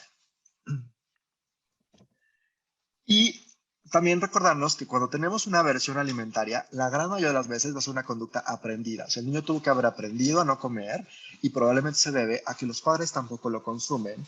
E incluso puede ser que los padres hagan un comentario como, ah, no, hoy no quiero huevo porque el huevo sube el colesterol, ¿no? Y entonces el niño escucha eso y entonces prefiere no comer huevo porque el papá o la mamá dijo que eso puede causar problemas, ¿no? Entonces tenemos que cuidar muchísimo la conducta de los padres, las emociones negativas en la mesa, tenemos que volver el ambiente lo más tranquilo que se pueda, el comportamiento disruptivo, que es cuando ya empieza a haber como bastante ansiedad en la mesa, no favorecer la sobreselección alimentaria, es decir, no solo dar platos que el niño sabemos que va a comer, sino variar un poco más la alimentación y obviamente hacer que los papás tengan conductas que no sean inadecuadas, como vamos a ver un poco más adelante. Bueno, aquí este algoritmo me gusta mucho porque podemos ver cuándo tenemos que referir a un paciente. Entonces, tenemos un paciente picky eater y encontramos que tiene algún problema como una alergia alimentaria, no está creciendo, tiene un evento traumático, tiene muchas arcadas cuando come o valoramos la deglución y no es tan adecuada, entonces aquí tenemos que pensar en banderas rojas y referir al especialista. Si no tiene nada de esto, pero el niño es selectivo para comer y está creciendo bien y no vemos como un gran problema, porque la deglución es correcta, la sensibilidad es correcta, tal vez rechaza algún alimento, pero otro alimento con textura similar sí lo acepta, o bien no le gusta cierto alimento color amarillo, pero otros colores amarillos sí los acepta, o bien no le gusta el sabor dulce de algún alimento, pero otros alimentos dulces sí acepta, entonces podemos relajarnos un poquito también, monitorizarlo nada más, favorecer que haya más diversidad de alimentos y no ser necesaria la referencia. Y siempre es muy importante ir de la mano con el estilo de la vida de padres, porque si los padres tienden a no comer muchos alimentos, definitivamente el niño va a ser así, y aquí es importante dar esta asesoría en conjunto con los papás. Y bueno, también importante saber que pues, el tratamiento puede ser multidisciplinario, depende de lo que uno vaya encontrando, desde los nutriólogos, desde los terapeutas del lenguaje, los psicólogos o los terapias ocupacionales, dependiendo que encontremos. Si el tema es más oromotor, tenemos que trabajar con ejercicios de deglución. Si es un tema más sensorial, tenemos que buscar estrategias para que el niño desensibilizarlo y que empiece a dejar tocar un poco más alimentos. Si el problema es más nutricional y creemos que puede tener carencias, pues aquí es cuando echa mano los nutriólogos, y cuando el problema puede irse hacia el lado digestivo, pues podemos echar mano de los gastroenterólogos, o también podemos iniciar de manera inicial podemos tener nuestro abordaje como pediatras y tal vez tratar el estreñimiento y tratar las comorbilidades que vayamos detectando. Bueno, en esta parte de evaluación y tratamiento queríamos explicarles o ayudarles a que ustedes de manera práctica distingan una conducta normal de la infancia o un niño que es picky porque por la edad empieza a dejar de tener tanta hambre, no crece tanto, esto afecta el apetito y empieza a comer menos, a seleccionar qué sí comerse y qué no. Entonces, ¿cuándo puedo yo distinguir o cómo le hago para distinguir esa conducta que es normal de la infancia de un problema de alimentación? Y aquí es muy importante también recalcar que aunque mi paciente, mi niño, sea un niño picky eater completamente normal por la edad, eso no significa que pueda volverse un problema de alimentación. Entonces, ya sea por la parte de alguna alteración de habilidades médica, etcétera, pueden también los niños picky eater conductuales desarrollar una alimentación selectiva grave. Entonces, ¿qué puntos puedo evaluar para detectar si mi niño tiene un problema de alimentación que ya lo empieza a afectar a nivel nutricional, de crecimiento y desarrollo? Vamos a evaluar 3 esferas. La parte del niño, mamá, papá, cuidadores, y el ambiente o el entorno social, porque sabemos que es muy importante. ¿Qué edad tiene mi paciente? Si es un niño menor de 12 meses, probablemente aún no está desarrollando bien las habilidades de alimentación, y si rechaza alguna textura o algún alimento, probablemente lo haga por la textura, por el sabor, por las habilidades motoras, no necesariamente porque identifica su autonomía y elige no comerlo. Entonces, la edad es muy importante, entonces hay que ver qué edad tiene mi paciente. ¿Qué estado nutricional tiene? Porque eso, de ahí parte cómo voy a darle prioridad a mis acciones o a mis intervenciones, cuál es su actitud alimentaria, qué habilidades de alimentación tiene, los vamos a ir desglosando poco a poco. En la parte de mamá, papá, los cuidadores, ¿qué es lo que ellos nos refieren a nosotros, a ustedes como pediatras, a mí como nutrición o como algún especialista como el doctor Patricio? ¿Qué es lo que ellos les refieren? Y si ya lo consideran un problema, ha dejado de comer, no come, que si come, etcétera. Y si ellos ya consideran que eso se está volviendo una problemática para lograr alimentar al niño.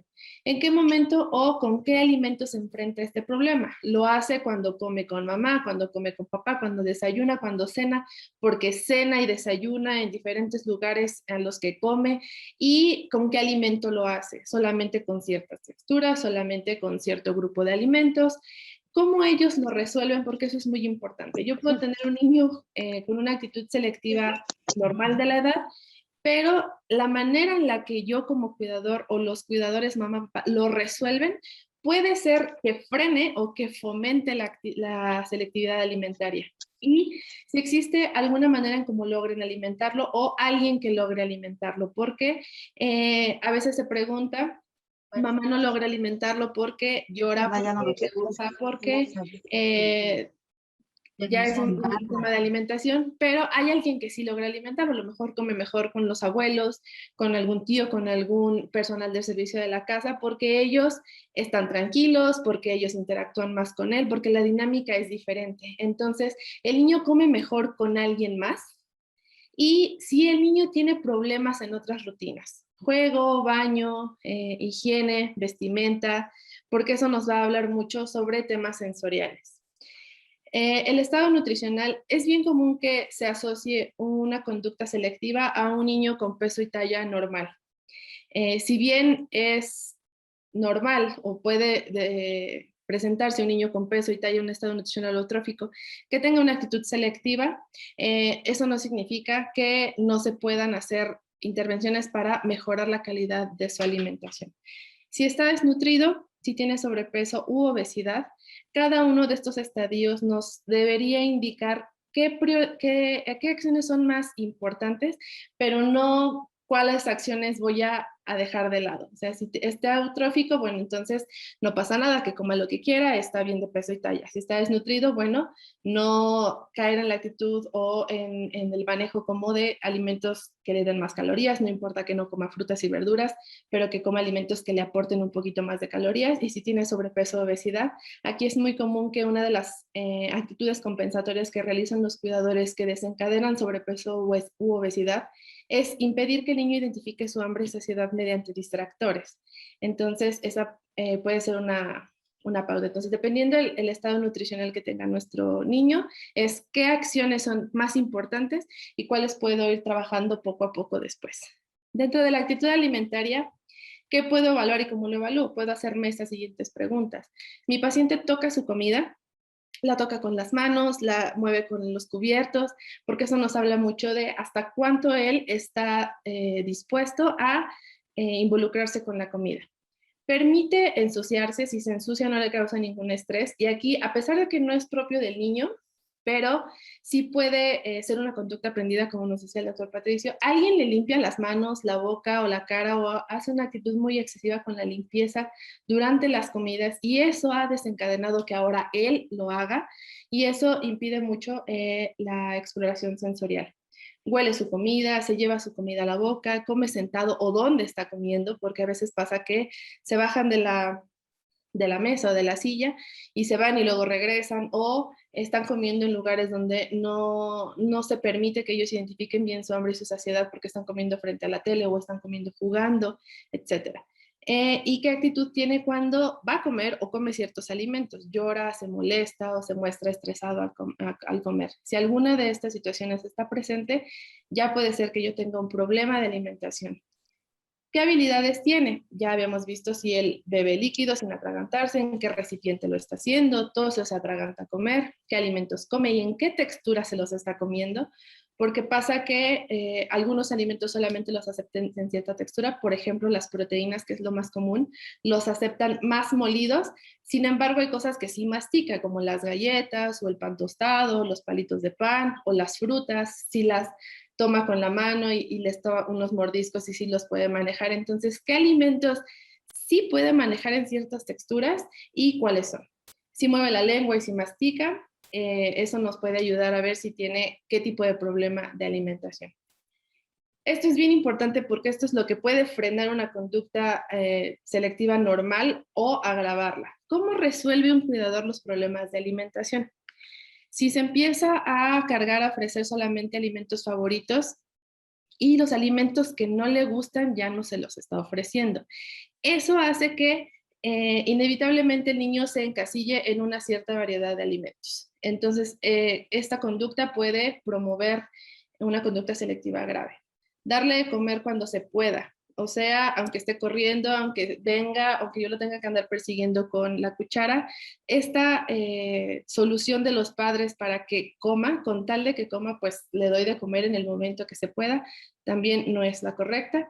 Darle alimentos ricos y energéticos. Y con esto quiero decir, darle cierto valor o ciertas características a los alimentos. Por ejemplo, estos saben más ricos, estos sí le van a gustar que, por ejemplo, unas verduras que no tienen tanto sabor y que a casi nadie le gustan. Entonces, por eso no se las come, porque no son ricas, no saben bien. Y preferencia alimentos energéticos. Con tal de que coma, con tal de que su cuerpo reciba más calorías, pues me voy a ofrecerle más alimentos que tengan más aporte de calorías. Facilitar las comidas. Yo estoy viendo como cuidador que le cuesta trabajo masticar, pues todo se lo muelo junto para que rápido, en una sola preparación, él con una cuchara y de una manera fácil en una papilla o en un puré, obtenga ahí cereales, verdura, proteína, todo junto. Eso es facilitar las comidas. Darle más leche. Eso es de lo más común que los cuidadores hacen cuando un niño no quiere comer, pues entonces que tome más leche. Entonces la dieta se vuelve líquida y terminan tomando hasta 1 litro de leche a veces. Distraerlos. Esta es de las más comunes y es la que más cuesta trabajo quitarles. Sentarlo e inmediatamente antes de que yo ponga un poco de comida frente a él, ponerle una pantalla. ¿Para qué? Para que él se distraiga con esa pantalla y no esté consciente de lo que le estoy dando de comer y la cantidad que le estoy comiendo. Entonces, con esto sí es verdad que logran que coman y que coman más cantidad, pero si recordamos en esa parte de identificar el hambre y la saciedad, no es lo mejor distraerlos porque si no tiene suficiente apetito porque no va a subir tanto de peso ese mes y yo lo sobrealimento, pues entonces, ¿qué va a pasar? Va a subir más de lo que debía subir y después existe tendencia a sobrepeso y a obesidad. ¿Qué estrategias hay para cada tipo de situación y cómo rehabilitarlos? Un niño picky eater que ya hablábamos es conductual, pero que ya empieza a tener problemas de selectividad, ¿qué puedo hacer? Ponerle una rutina. A la edad de los 2, 3 años, la primera infancia, es muy común que los niños necesiten terminar una actividad para comenzar la siguiente, sobre todo si están haciendo una actividad que les llama más la atención porque es más de su desarrollo, por ejemplo, jugar. Si ellos no han terminado de jugar y yo lo quito de esa actividad y no le muestro que esa actividad se terminó para que comience la siguiente, pues entonces él está aquí sentado, pero se quiere seguir yendo porque no ha terminado esa otra actividad. Y más aún si no tiene hambre ese día, pues esto lo ve innecesario. Eso sí lo ve más llamativo, entonces ponele una rutina. Entonces que termine una actividad puede ser el juego guardando los juguetes, la comida puede ser lavándose las manos, sentándose a la mesa, poniendo el plato, cualquier actividad que él identifique como que una actividad comienza y otra termina. Participación, involucrarlo en la comida o en la preparación de alimentos sin necesidad de cargarle la idea o la comanda de decirle come o pruébalo, sino que participe en algo referente a la comida, aunque no incluya alimentos. Puede ser preparar, puede ser tocar, puede ser servir, puede ser poner los platos, pero que él participe para que se vea involucrado. El tiempo, que es la duración de las comidas. Si ellos hacen algo que les llama la atención, lo más probable es que les dediquen aproximadamente 30 o 40 minutos máximo, y la comida no es diferente. Entonces, si yo prolongo mucho la comida con tal de que él coma más, pues entonces yo ya perdí su atención de esa actividad que es la comida desde hace 30 minutos y yo ya lo senté ahí una hora. Entonces, que las comidas sean cortas para que en el tiempo que un niño dedica su atención a algo, pues yo lo tenga bien establecido que sean las comidas. Evitar la parte de las distracciones para que él identifique bien su hambre y su saciedad, la exposición normal de los alimentos, el lenguaje que yo utilizo hacia la comida y durante la comida. Eso es muy importante, porque si yo le doy un valor a una galleta de rico, sabe muchísimo mejor, yo sé que este te gusta más, pero te tienes que comer las verduras, aunque no sepan tan ricas, pero te van a hacer crecer, yo ese lenguaje no le está ayudando a él, sino que estoy dándole un valor a un alimento sobre otro. El condicionamiento es bien importante, no condicionar a los niños para que asocien alimentos con algo bueno o con algo malo. Porque si ustedes recuerdan, yo les mencionaba, los niños picky simplemente comen o no comen porque saben que pueden, nada más. Pero si ahora no estoy comiendo, pero algo malo me va a pasar, entonces empiezan a asociar sentimientos con la comida y eso no es lo mejor. Entonces, no condicionar que coman ni con nada bueno ni con nada malo. Y el ambiente, que quien esté comiendo lo mismo o esté comiendo en una manera tranquila, que sea favorecedora para que el niño no tenga estrés. Si mi paciente tiene rechazo a las texturas, ¿qué puedo hacer? Aparte de las acciones que les mencionaba antes, hacer una mayor exposición de texturas o de alimentos fuera de la mesa, donde él específicamente sepa que no se lo tiene que comer, pero que sí puede exponerse a texturas. Y ahí puede ser revolver, acomodar la comida, lavar la despensa, cualquier situación con comida fuera de la mesa donde él sepa que no se lo tiene que comer, pero que sí puede estar tranquilo de que lo puede tocar, de que lo puede oler, de que lo puede ver o que puede interactuar con ese alimento. Exposición a texturas en otros ambientes que no sean comida. Pueden ser juguetes con textura, pueden ser juguetes sensoriales de estos que cambian de forma, la arena, las plastilinas, los Play-Doh, los slime que ya se quedan pegados, y ahí puedes ir progresando a que toque algo sólido, a lo mejor como un bloque que tiene grumitos o que tiene algún tipo de puntitos para que sepa que es algo sólido que no cambia de forma. Después voy progresando a una arena que puedo tocar, cambia de forma, pero no se me queda pegada, y después me voy a un slime que lo toco, tiene textura y se me puede quedar un poquito en las manos. Entonces, ir progresando esa parte de las texturas. Ejercicios orales para promover la lateralización de la lengua y la masticación. Y ahí yo puedo hacer uso de algunos utensilios, como algunas cucharas que tienen un poquito de textura, o algunos sticks de plástico que tienen un poquito de texturas o gomitas, para que yo pueda introducirlo a la boca. Y si yo pongo esa cucharita o ese utensilio en el lado derecho, por ejemplo, pues él va a mover la lengua a la izquierda. Si yo lo muevo para acá, pues él va a mover la lengua para acá. Lo mismo, sacando la lengua, puedo hacer ejercicios orales con él, pedirle que saque la lengua, y si toco esta mejilla, pues que lleve la lengua a este lado. Si toco esta mejilla, que la mueva a este lado. Si toco la nariz, que la levante. Si toco la barbilla, que baje la lengua, para que eso haga que lateralice la lengua, y si todavía tiene algún rastro de reflejo nauseoso, con eso lo vaya disminuyendo. La limpieza, evitar la limpieza excesiva tanto de los juguetes terapéuticos que tienen un poquito de textura como de los alimentos. Entonces, eso puede hacer cuando tengo un paciente que rechaza texturas. Cuando tiene selectividad severa, este tipo de puntos los hemos visto el doctor Patricio y yo, que son de los que mejor nos están ayudando para incrementar la variedad de los alimentos que comen los niños. Hacer un listado de alimentos que te acepte. No importa la textura que te acepte, pero hacer un listado de los alimentos para ver de qué grupos me está aceptando más alimentos, y si me está aceptando alimentos de todos los grupos, para que yo pueda ponerle un plato completo. Y la parte del plato completo no necesariamente va de la parte nutricional, sino que él vaya viendo que en su plato debe haber ciertos alimentos siempre. Primero vamos a ir con los que él me acepta, y después vamos a ir incrementando esa parte de los alimentos que vaya aceptando. exposición dentro y fuera de la mesa, seguir fomentando esa parte para que él sepa que puede tocar alimentos sin necesidad de que se los coma, porque no tiene esa presión del cuidador de comértelo, pruébalo, por favor, porque aparte ese lenguaje también se sugiere reducirlo. Introducción de alimentos nuevos en diferentes texturas y progresivamente.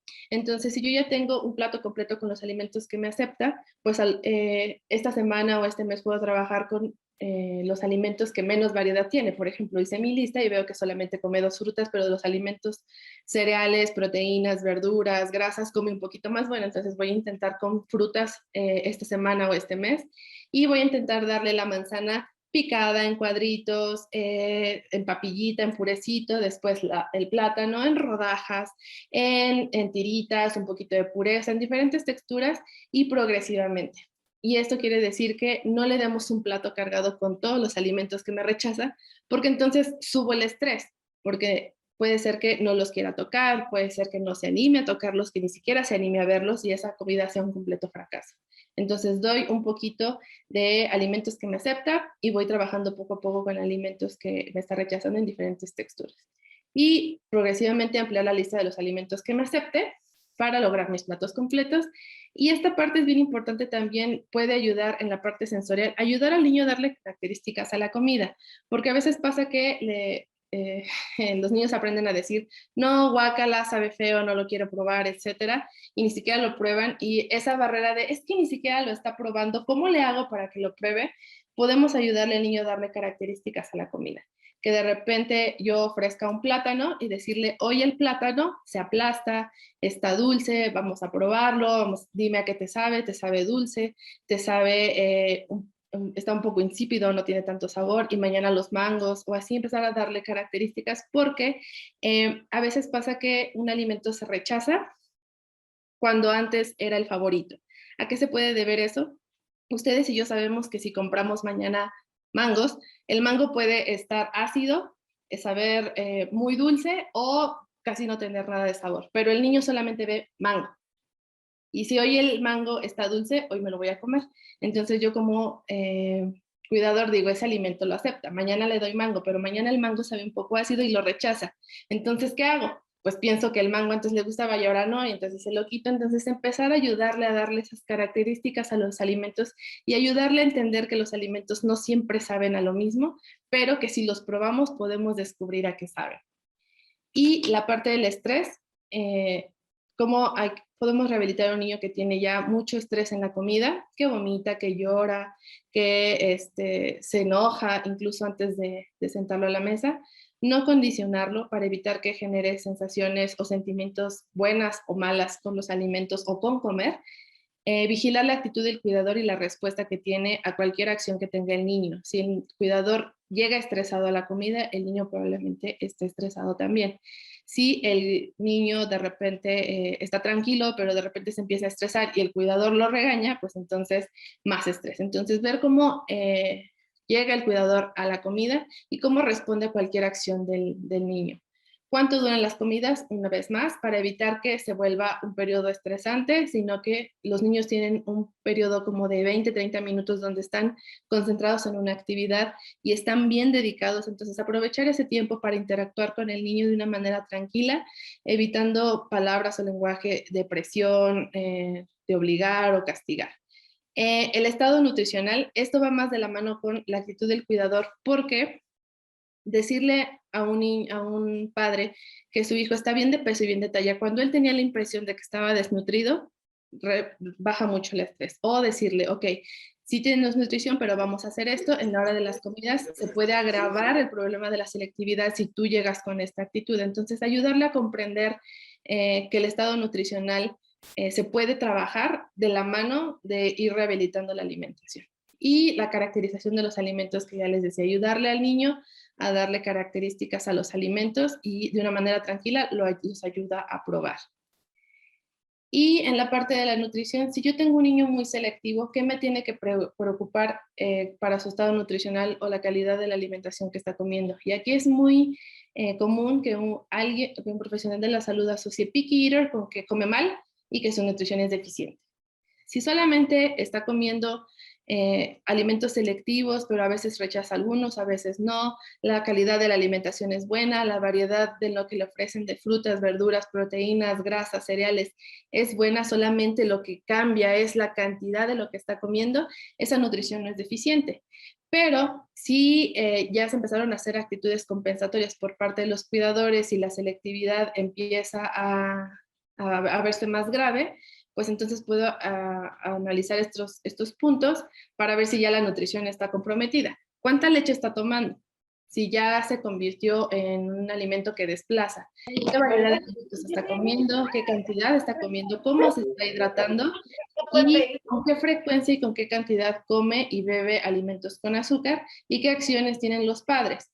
Para que coma le dan más leche, ya no hay tanta variedad, le doy más cantidad de alimentos que sí le gustan, lo hidrato con bebidas azucaradas. Entonces, es importante ver si alguna de estas se ve afectada, pues entonces la nutrición también. ¿Cuándo es un problema de nutrición? Cuando la leche se vuelve un desplazamiento, cuando tenemos múltiples comidas al día y cada una tiene una mala calidad nutricional. Toma leche con azúcar o con chocolate, después se come una galleta, después en el desayuno se come un pan con Nutella. Entonces hace muchas comidas al día y cada una es de mala calidad nutricional. Variedad de los alimentos aceptados, cuáles me está aceptando, cuáles no. Y aquí la variedad de los alimentos aceptados va mucho de la mano con calidad nutricional. Los que me acepta son los que peor calidad nutricional tienen, entonces ya es un problema de alimentación. Cuando se empieza a ver afectado el estado nutricional porque no sube de peso y ha reducido la velocidad de crecimiento o al contrario, está subiendo muy rápido de peso y esto es expensas de azúcares y grasas, porque también existen problemas de alimentación selectiva en niños que tienen sobrepeso y obesidad. ¿Cuándo o qué es necesario fortificar y suplementar? El doctor Patricio y yo nos hemos dado la tarea de ver que si excluimos cierto grupo de alimentos, qué vitaminas, qué minerales o qué complemento de la comida estoy quitando si es que ellos escogen no comer ciertas frutas, ciertas verduras. Lo que más se ve afectado, si son selectivos muy graves, es la ingesta de frutas, verduras y algunas proteínas. Y con esto, algunas vitaminas, minerales y sobre todo en la parte de proteínas, ácidos grasos esenciales, omegas, DHA, EPA, etc. ¿Cuál es la sugerencia que nosotros les damos?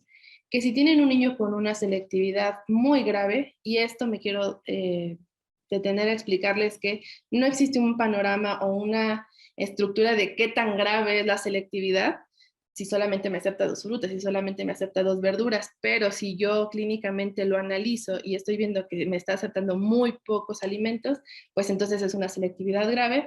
Puedo hacer un uso de algún suplemento de vitaminas y minerales en la etapa de rehabilitación, en lo que el niño incrementa la variedad y la cantidad de los alimentos que está comiendo. Vitamina D, vale la pena ver si tiene deficiencia o insuficiencia o si tiene obesidad, suplementarlo. Y la parte de ácidos grasos es así, es bien difícil completar el requerimiento de vitamina D y de ácidos grasos por la dieta si es muy selectiva, entonces eso sí vale la pena hacer una buena suplementación. Y esta parte sí se las queríamos mencionar porque es lo más común que se utiliza de estrategia nutricional en niños que no quieren comer, que es el uso de fórmulas poliméricas comerciales o hacerle un licuado. Si no es lo mejor, si el niño sí se está alimentando por la boca y puedo rehabilitarlo, lo predispone a más ingesta de azúcares porque es una bebida azucarada, no deja de serlo. El propósito con la que yo se lo doy. Se lo doy para que en lo que come más, complemento la parte de calorías, vitaminas y minerales para que no le tenga que dar algún suplemento o ya está sustituyendo. Porque es muy común que si no desayuna, dale un licuado o un licuado casero, etcétera, y eso termina sustituyendo la alimentación o algún tiempo de comida. La cantidad que está comiendo o que estoy utilizando de este tipo de fórmulas poliméricas nunca debe ser mayor al 30% de la energía que el niño requiere porque eso favorece la dieta líquida y la selectividad. Y si tengo un paciente con desnutrición y por eso se la quiero dar, creo que vale la pena darle prioridad a la calidad de la dieta y a la densidad energética de los tiempos de comida, de los alimentos que sí me está aceptando, antes que pensar en darle una fórmula de este tipo. Aquí en la parte de conclusiones, esta parte no se guardó, no sé por qué, pero existen definiciones, tenemos términos para empezar a dirigir las acciones para un niño picky eater con un trastorno de la alimentación en la infancia, pero no tenemos grados de intensidad, como les decía. No tengo una manera todavía, yo como médico, como responsable de la alimentación de un niño, para decirles es grave, es moderada, es leve, cuándo sí, cuándo no actuar. Entonces eso depende mucho de nuestro ojo clínico, del interrogatorio que ya aprendimos a hacer, que ustedes espero que les sirvan esas preguntitas o esas pautas para que sepan cuándo es más o menos sobrellevable o cuando ya se está volviendo un problema de alimentación y de nutrición. La falta de indicadores de gravedad predisponen a no actuar, como si es picky, pero no sé qué tan picky, pues tal vez no sea necesario hacerle ninguna intervención. Que esperemos que esta parte de aprender a diferenciar un niño picky eater de un niño con dificultades sensoriales, anatómicas, motoras o sociales para alimentarse, y que lo hagamos tempranamente, que es lo ideal durante los primeros 3 años de vida, permite una mejor corrección y rehabilitación. Y que la edad de presentación es muy importante. Es más común que se deba a un problema de conducta o de crecimiento latente en niños de 2 a 3 años y que de ahí se desplieguen otros tipos de problemas, a que sea bebés menores de 12 meses, porque no pueden considerarse picky eaters aún, por la parte de que apenas están aprendiendo habilidades de alimentación.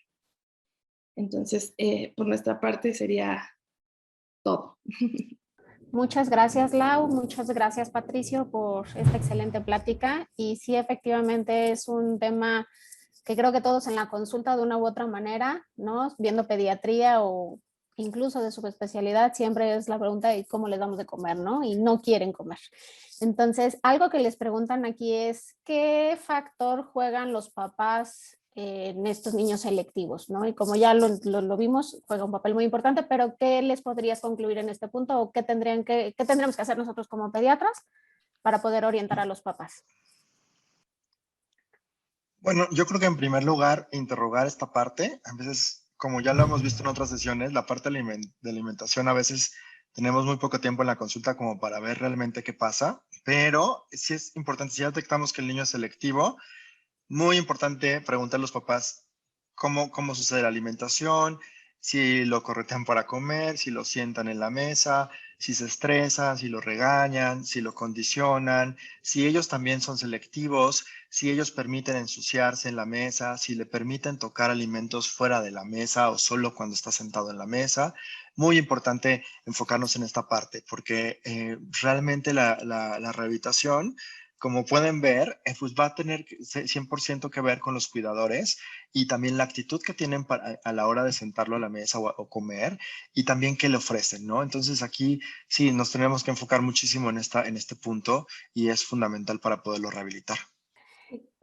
Antes de que se empiecen todavía tenemos muchos conectados, nada más les puedo pedir de favor que quienes no estén anotados en la lista para poderlo mandar a la Sociedad Mexicana de Pediatría, necesito la lista completa de quienes hayan estado en la sesión, pues quien no se haya anotado, favor de anotarse, y agregamos un link para que pueda ser más fácil el registro y agilizar la entrega de las constancias.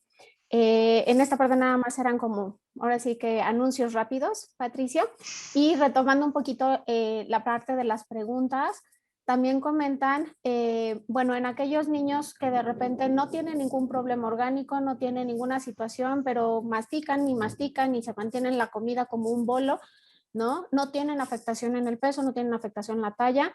¿Esto repercute o realmente qué se puede hacer, no?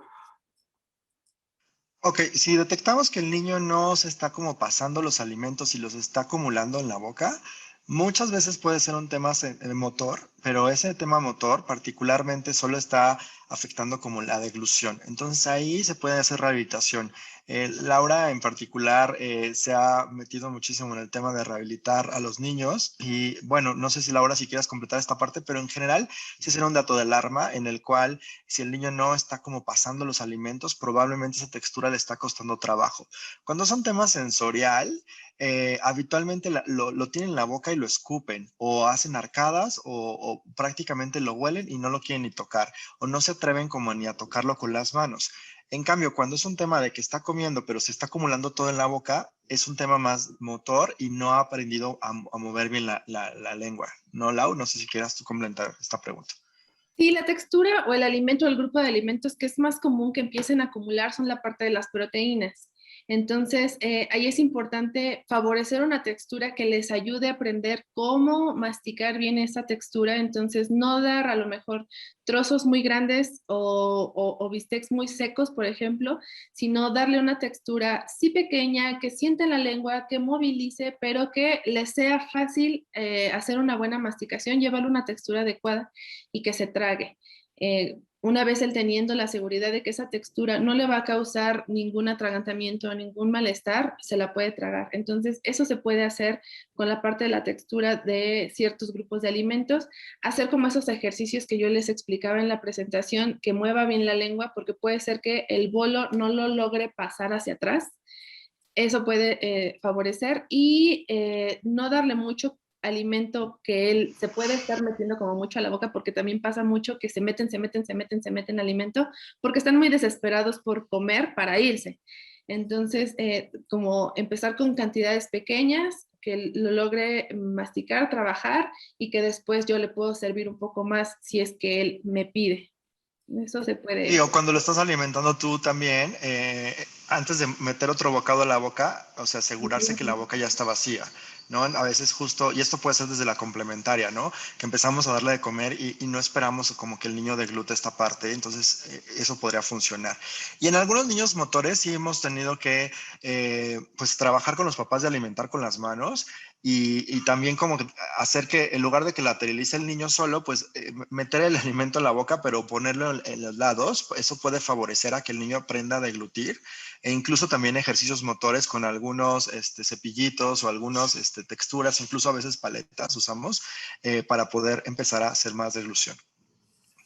Y nos preguntan acá también, eh, ¿qué tipo de fibra recomendarían, ¿no? Para estos niños que es estreñimiento? ¿Qué se puede hacer si es porque el niño no está comiendo de forma adecuada?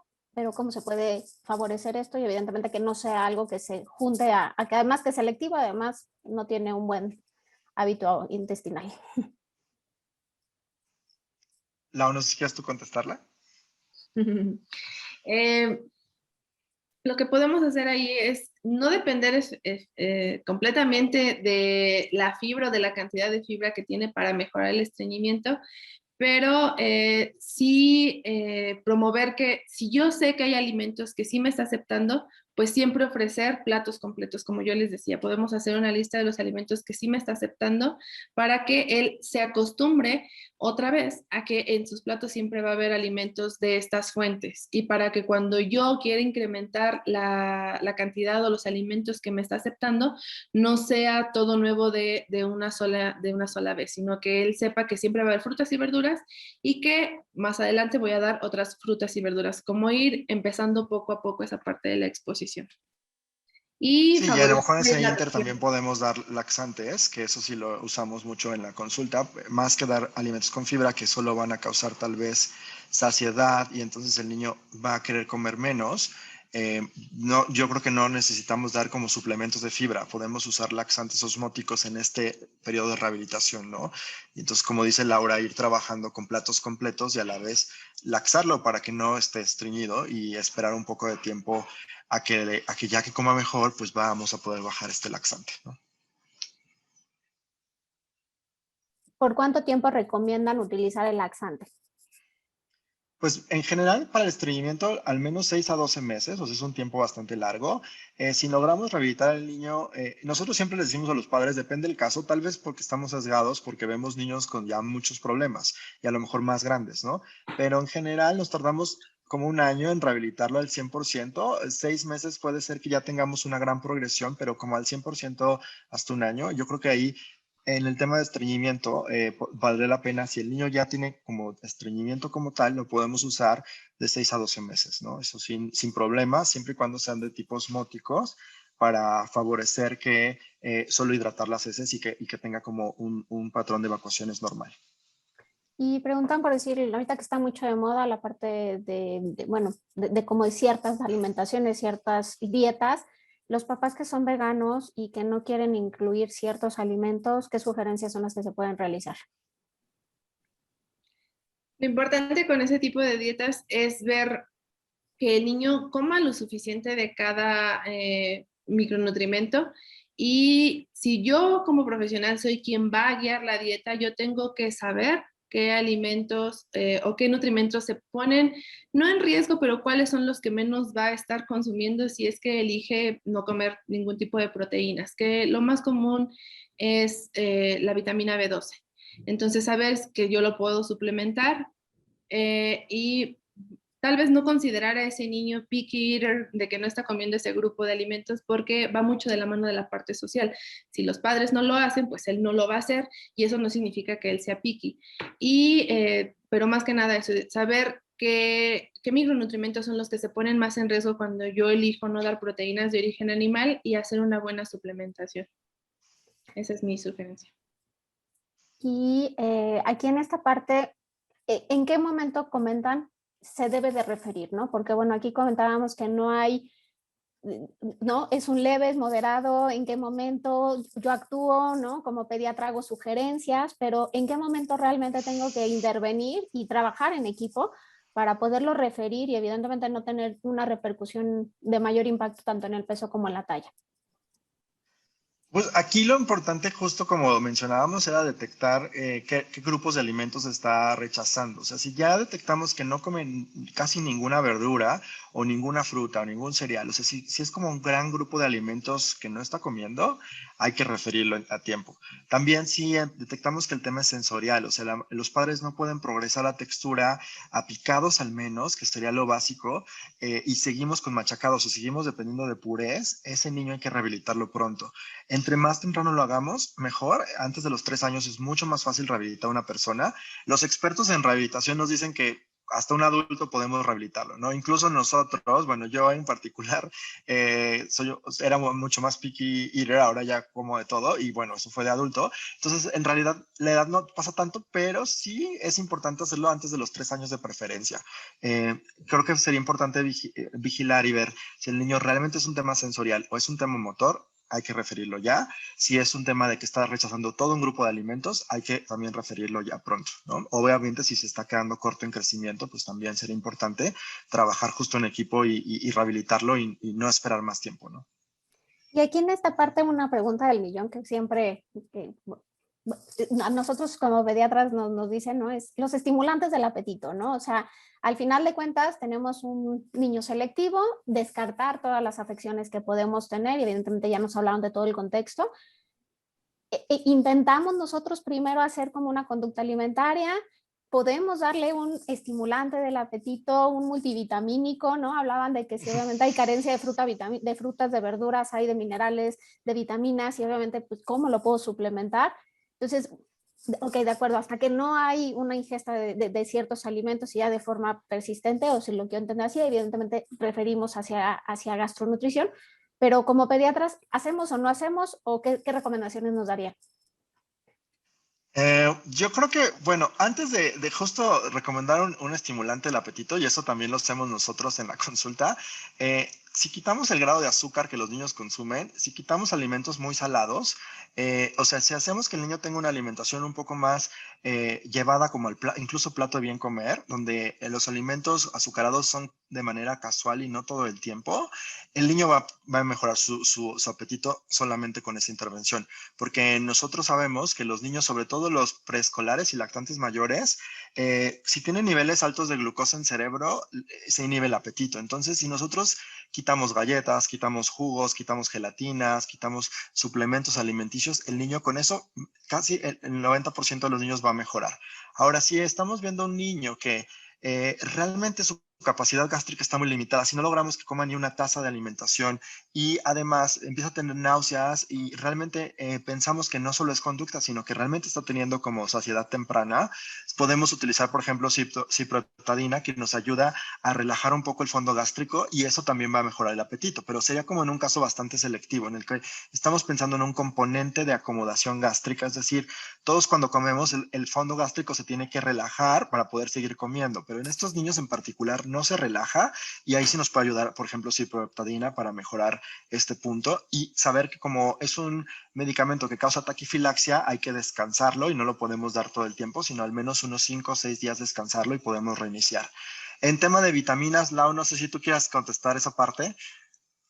Sí, sí, sí. Si bien decías, no nos da un grado como de intensidad, severo, moderado, leve, sí nos habla la definición de que puede ser algo agudo o puede ser algo crónico. Entonces, tal vez mi recomendación para ustedes como pediatras es que si tienen algo agudo y lo están tratando con un poquito de conducta, explicar a la mamá los factores del crecimiento y de la alimentación, y en menos de 3 meses ustedes logran que la familia o los cuidadores reduzcan el estrés y eso haga que el niño no se vuelva más selectivo, pues entonces no creo que sea necesario ni usar el estimulante ni hacer suplementación.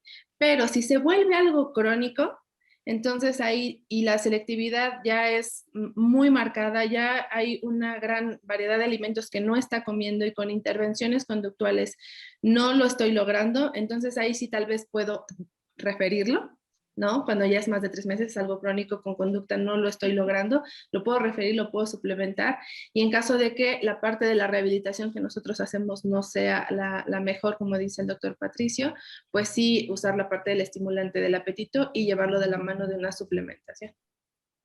Sí, Angie, la suplementación creo que sí es como, o sea, entre más conocimiento tenemos del grupo de alimentos, es más fácil, ¿no? A lo mejor, por ejemplo, en tu caso, vitamina D, creo que te queda más que claro, ¿no? Cuáles alimentos tienen vitamina D, ¿no? Si el niño no consume ninguno, pues seguramente va a tener deficiencias.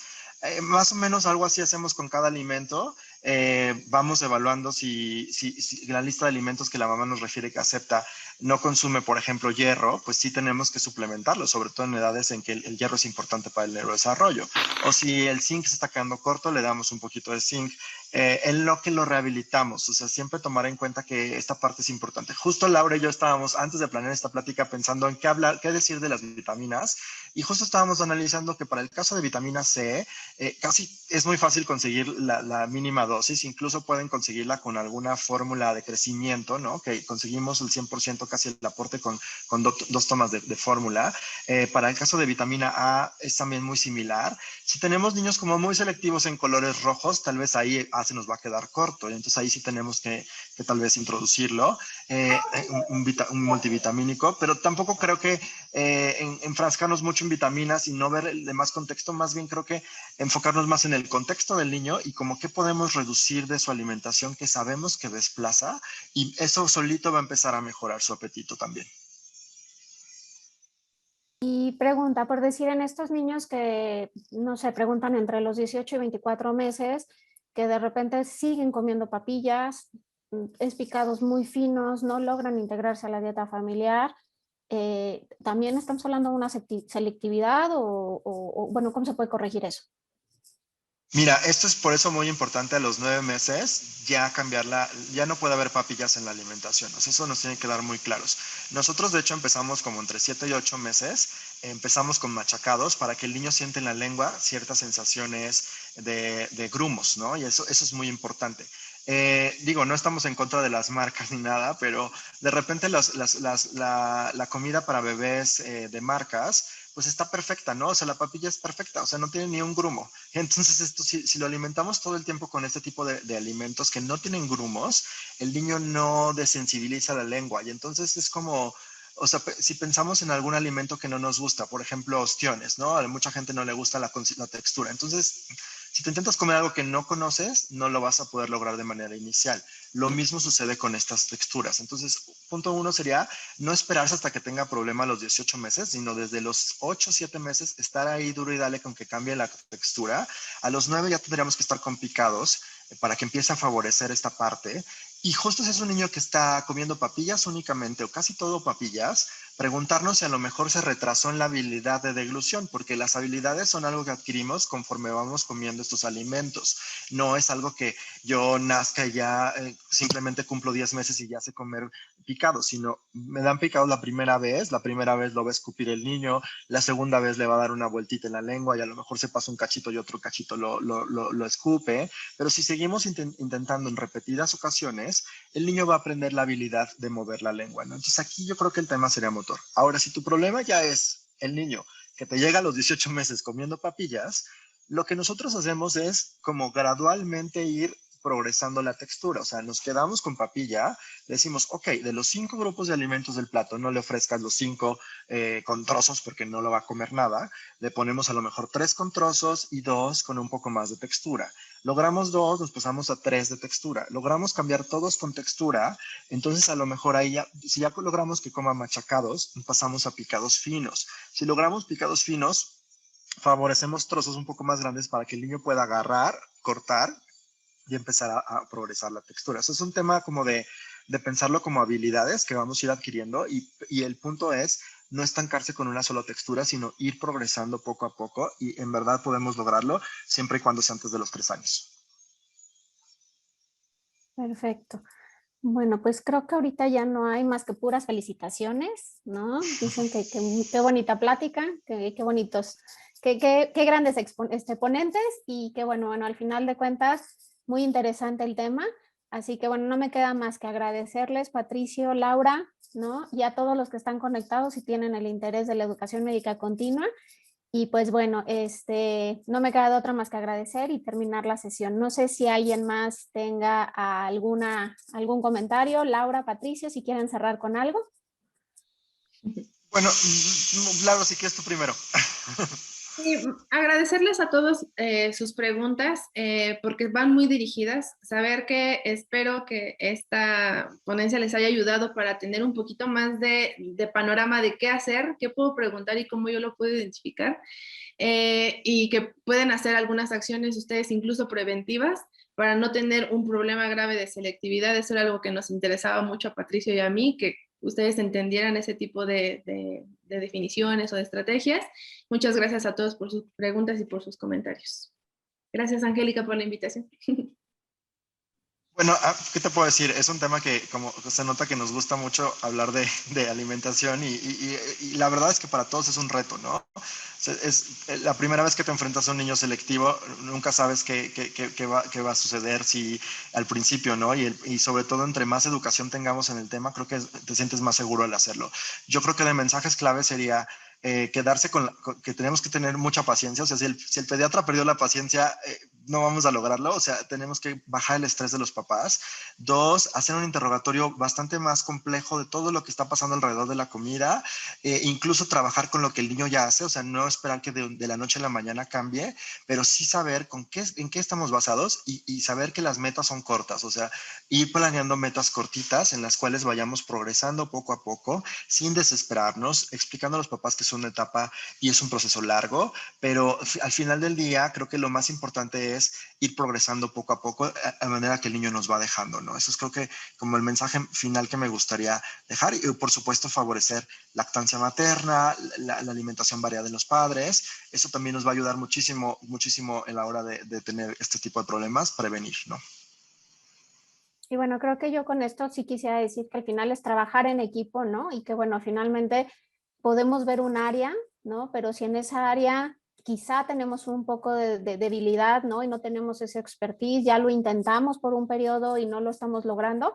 Bueno, finalmente por eso estamos los subespecialistas en el punto de poder trabajar con ustedes y finalmente trabajar en equipo, ¿no? Que bueno, eso es lo que, bueno, con Patricio, con Laura, ¿no? De alguna manera lo hemos hecho y que sentamos que en realidad nosotros no les vamos, o sea, no vamos a ver pediatría, pues van a seguir siendo sus pediatras, pero finalmente es trabajar en equipo para poder solucionar esto.